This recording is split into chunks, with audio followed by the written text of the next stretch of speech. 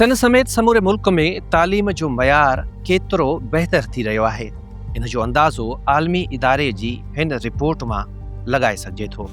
University में तालीमी इदारनि जी दर्जाबंदी कंदड़ इदारे QS world university ranking Pakistan जी आला तालीम बाबति हिकु छिरकाईंदड़ तस्वीर पेश कई आहे। आलमी इदारे जी रिपोर्ट मूजिबि पाकिस्तान जूं 18 यूनिवर्सिटियूं दुनिया जे 1500 खां वधीक इदारनि में त शामिल ज़रूर थियूं आहिनि, पर का बि यूनिवर्सिटी टॉप 350 में जगह नाहे ठाहे सघी। ही सूरतहाल रुगो हिकु नंबरनि जी फ़हरिस्त न आहे, पर पाकिस्तान जे तालीमी मयार, रिसर्च ऐं आलमी मुक़ाबले जी सलाहियत बाबति अहम सवाल उथारे थी। रिपोर्ट मूजिबि कुझु यूनिवर्सिटियुनि जी कारकर्दगी बहितर थी आहे, पर केतिरनि जी रैंकिंग घटिजी वई आहे। कायदे आज़म यूनिवर्सिटी ऐं national university of science and technology जहिड़ियूं टॉप यूनिवर्सिटियूं बि हेठि आहियूं, जेका ॻणती जोगी सूरतहाल आहे।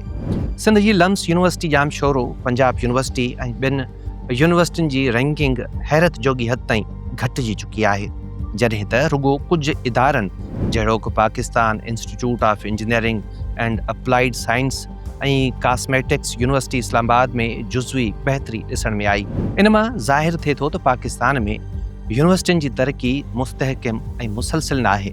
माहिरनि मूजिबि पाकिस्तान जूं यूनिवर्सिटियूं आलमी सतह ते घटि रिसर्च पेपर्स ऐं घटि इनोवेशन पैदा कनि थियूं। आलमी इदारा रैंकिंग में रिसर्च खे सभ खां अहम मयार सम्झनि था।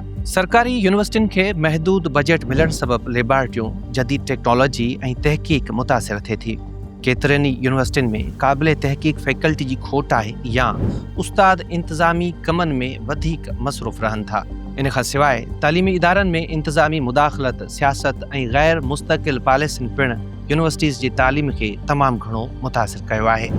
गैर मुल्की यूनिवर्सिटियुनि सां गॾियल रिसर्च ऐं एक्सचेंज प्रोग्राम घटि हुजण सबबि आलमी मयार सां ॻंढापो कमज़ोर आहे।